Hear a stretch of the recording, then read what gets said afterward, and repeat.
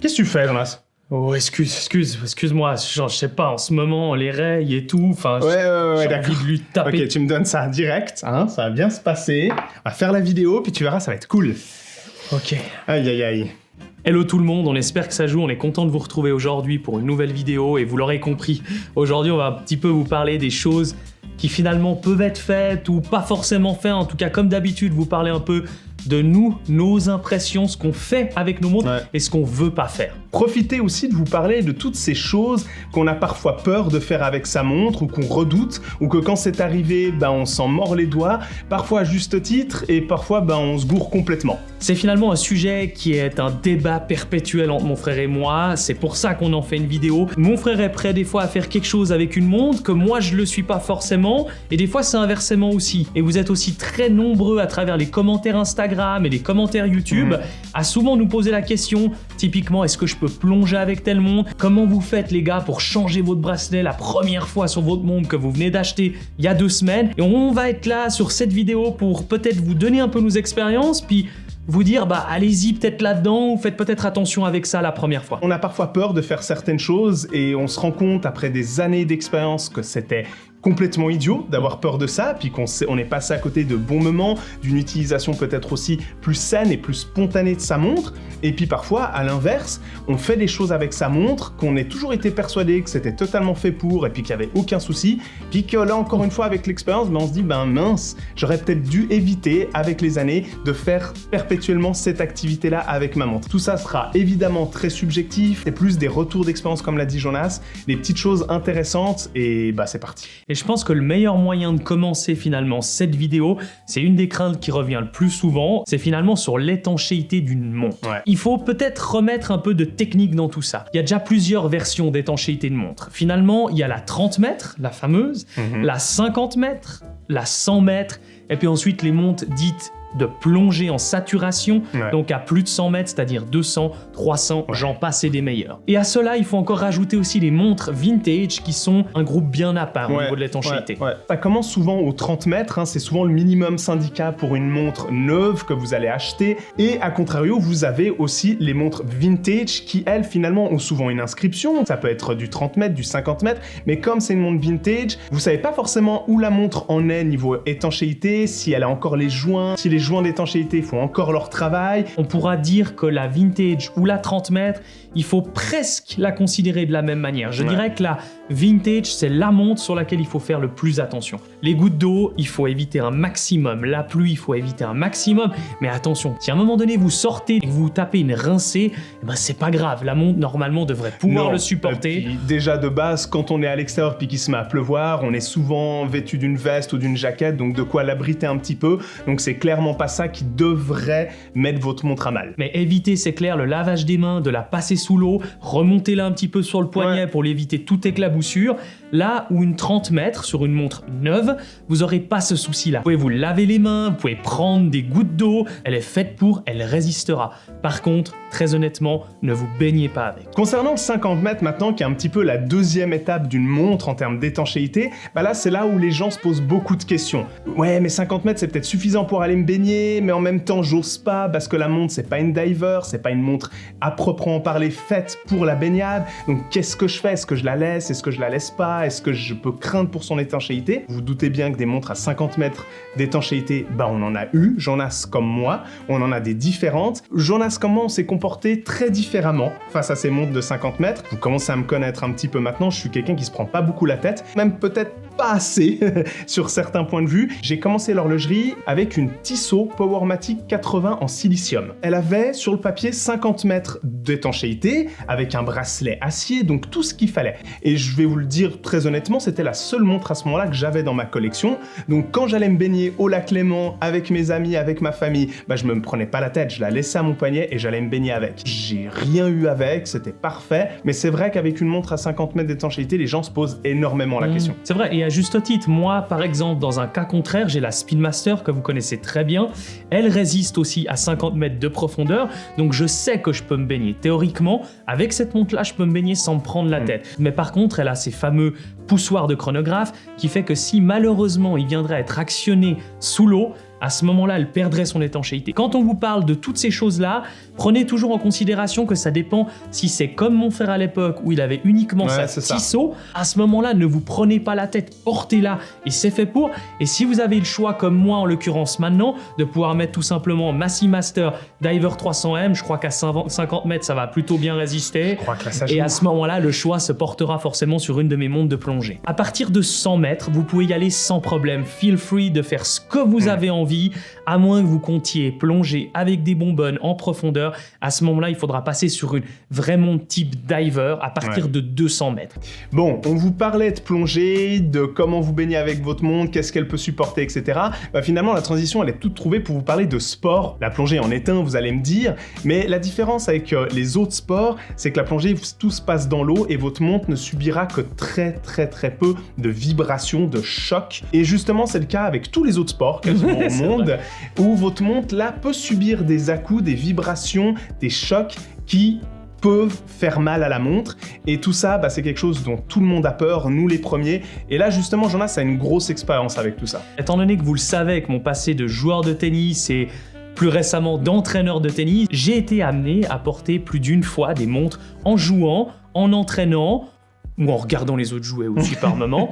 Très souvent, j'ai fait le choix de pas porter une montre quand je jouais. Et le problème, c'est que ce qui peut arriver par moment, ce ne serait-ce qu'avec une raquette de tennis, à la fin du geste, je peux être amené à toucher mon poignet gauche, finalement là où ma montre se trouve, et les dégâts peuvent arriver. Il faut pas rêver. Quand la montre est poussée à rude épreuve, que le balancier va tourner pendant très longtemps, très régulièrement, une usure supplémentaire va être amenée. C'est vrai que pour vous qui nous regardez, peut-être que vous pratiquez un sport plus occasionnellement, 1, 2 ou 3 fois par semaine, et vous vous demandez si à ce moment-là, je peux garder ma montre. Moi qui suis clairement un sportif du dimanche, comme on appelle ça, voire du dimanche de la fin du mois et encore si tout se passe bien, et typiquement, vous le savez, j'ai ma Tudor Heritage Black Bay. Cette montre, à un moment donné, quand je vais faire du sport, je l'équipe sur son atto, je me prends pas la tête et j'y vais. Et je sais que peut-être durant ces 2 heures de sport, elle va peut-être en prendre un petit peu plein de mouvements, mais c'est pas grave, j'assume, à un moment donné, ça fait partie du jeu. On a peut-être quelques astuces qu'on a reçues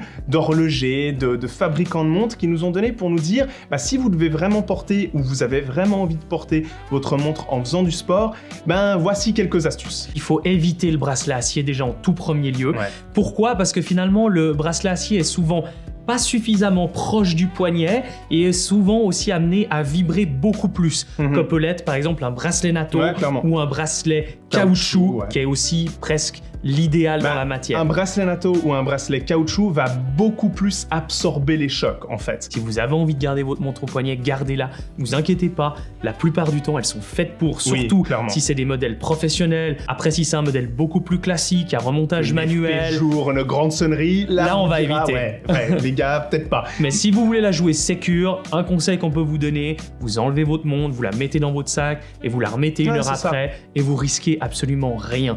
Mais ça me fait penser au sujet d'après. C'est un sujet qui est revenu très régulièrement sur vos commentaires et on a été un petit peu étonnés. Alors c'est peut-être naïvement en tant que jeune voix, là où on a peut-être pas beaucoup de soucis avec ça, même si de temps en temps on lit dans la presse des vols, souvent de montres extrêmement chères à des centaines de milliers de francs, mais on a été très peu confrontés à ça. On touche du bois, ça nous est jamais arrivé. Comme a dit Jonas, certainement le fait d'être résident genevois, d'être dans une ville où on va pas se mentir, c'est pas pour péter plus haut que son cul, mais beaucoup de gens ont des montres qui valent quand même un peu d'argent.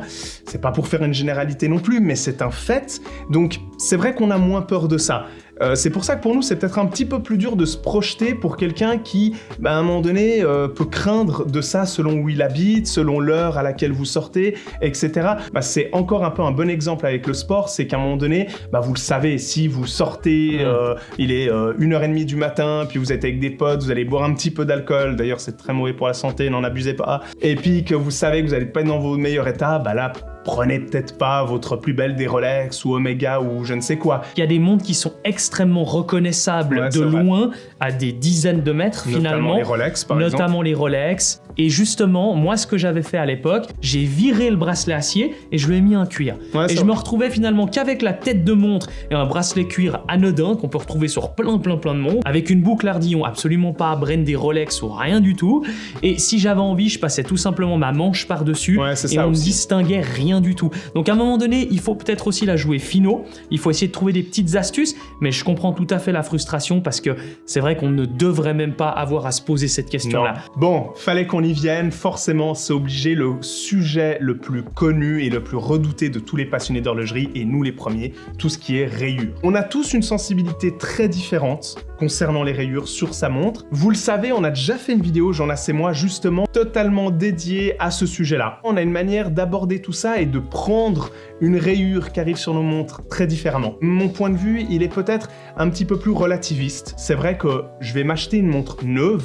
D'occasion, on n'en parle pas parce que généralement, elle vient déjà avec des rayures. Donc, il y a un peu déjà ce côté démystification de sa première rayure qui est déjà un peu fait. Par contre, quand elle est neuve, c'est pas le cas. Elle est immaculée et vous allez devoir faire votre première rayure. Je vous la fais courte, ça va arriver. Et Jonas, justement, a trouvé un bon système qui lui est propre pour démystifier un petit peu ses premières rayures. Je vous ai beaucoup parlé de notre fameuse vidéo qu'on a faite sur la Spin Master où on s'est retrouvé à changer plein de fois le bracelet pour faire cette fameuse vidéo. C'est ce que j'ai fait avec mon Omega Seamaster Diver 300M, c'est que j'ai assez rapidement changé moi-même le bracelet pour lui mettre un atto. Et le fait de trifouiller dans ma montre et, vous l'aurez compris, de faire une petite raye, mais ça fait partie du jeu, m'a permis tout simplement de relativiser déjà ma première raye parce que c'est moi qui l'ai faite. Je savais que ça allait arriver, mais j'ai pris mon courage à deux mains, j'y suis allé et maintenant c'est ma montre. Et je sais pas pourquoi, c'est une astuce que j'ai trouvée qui m'est vraiment propre. Je suis pas en train de vous dire allez-y, prenez toutes vos montres, changez les bracelets, puis faites-lui une petite raye. Non, mais trouvez peut-être un moyen de la mettre un petit peu sur une épreuve que je dirais rude, en tout cas ce qui est pour moi, qui vous permettra finalement de faire la première raye, ou peut-être même pas, mais tout simplement de la toucher, de se l'approprier, de la prendre en main, de passer du temps avec, de se la personnaliser aussi vrai. Finalement. La première raye arrivera de toute façon, d'une façon ou d'une autre. Allez-y, adoptez votre montre, assumez-la, enlevez tout cet esprit de revente et tout qui peut être extrêmement néfaste pour apprécier sa montre complètement. C'est vrai. Et vous verrez qu'en trouvant des petites astuces, comme je l'ai fait en l'occurrence, ça fait vachement de bien, quoi. Et pour terminer, un sujet dont on pensait même pas du tout en parler et qui arrivait presque le plus souvent dans les commentaires, c'est la fiabilité d'une montre. C'est vrai, ouais. J'ai peur qu'elle tombe en panne, j'ai peur qu'elle s'arrête, j'ai peur qu'elle retarde, j'ai peur finalement en l'utilisant pas que la couronne vienne à se bloquer ou les boutons poussoirs du chronographe viennent à bloquer aussi. J'ai jamais cherché à savoir si ma montre reculait de telle seconde et avançait de telle seconde, comme le dit mon constructeur. Je m'en fiche un peu.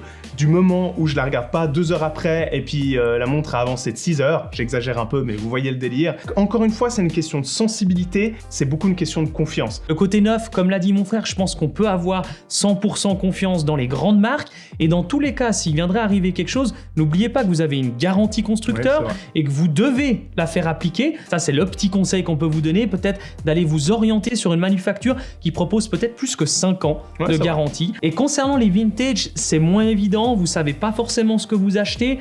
Voilà pourquoi on vous conseille d'aller acheter chez des professionnels du vintage, mais ne vous inquiétez pas, sur les modèles vintage, tout se change. Alors ça peut avoir un coût bien sûr, mais une montre, ça peut durer des centaines d'années. On se doute que dans tous ces points qu'on a évoqués avec vous dans cette vidéo aujourd'hui, il en manque très certainement certains sujets que vous avez à cœur et qu'on n'a pas forcément parlé. Dites-les nous dans les commentaires, n'hésitez pas parce que c'est toujours hyper intéressant de voir un petit peu les retours d'expérience, les craintes des autres, etc. Même si vous l'avez compris, cette vidéo, elle est ultra subjective. C'est propre à chacun et c'est beaucoup une question de sensibilité. Comme d'habitude, n'oubliez pas de liker cette vidéo, de la partager pour tous ceux qui sont un peu comme nous par moment, ils savent pas trop comment faire avec leur montre. Comme d'habitude, on se retrouve sur une prochaine vidéo et n'oubliez pas d'ici là, soyez à l'heure.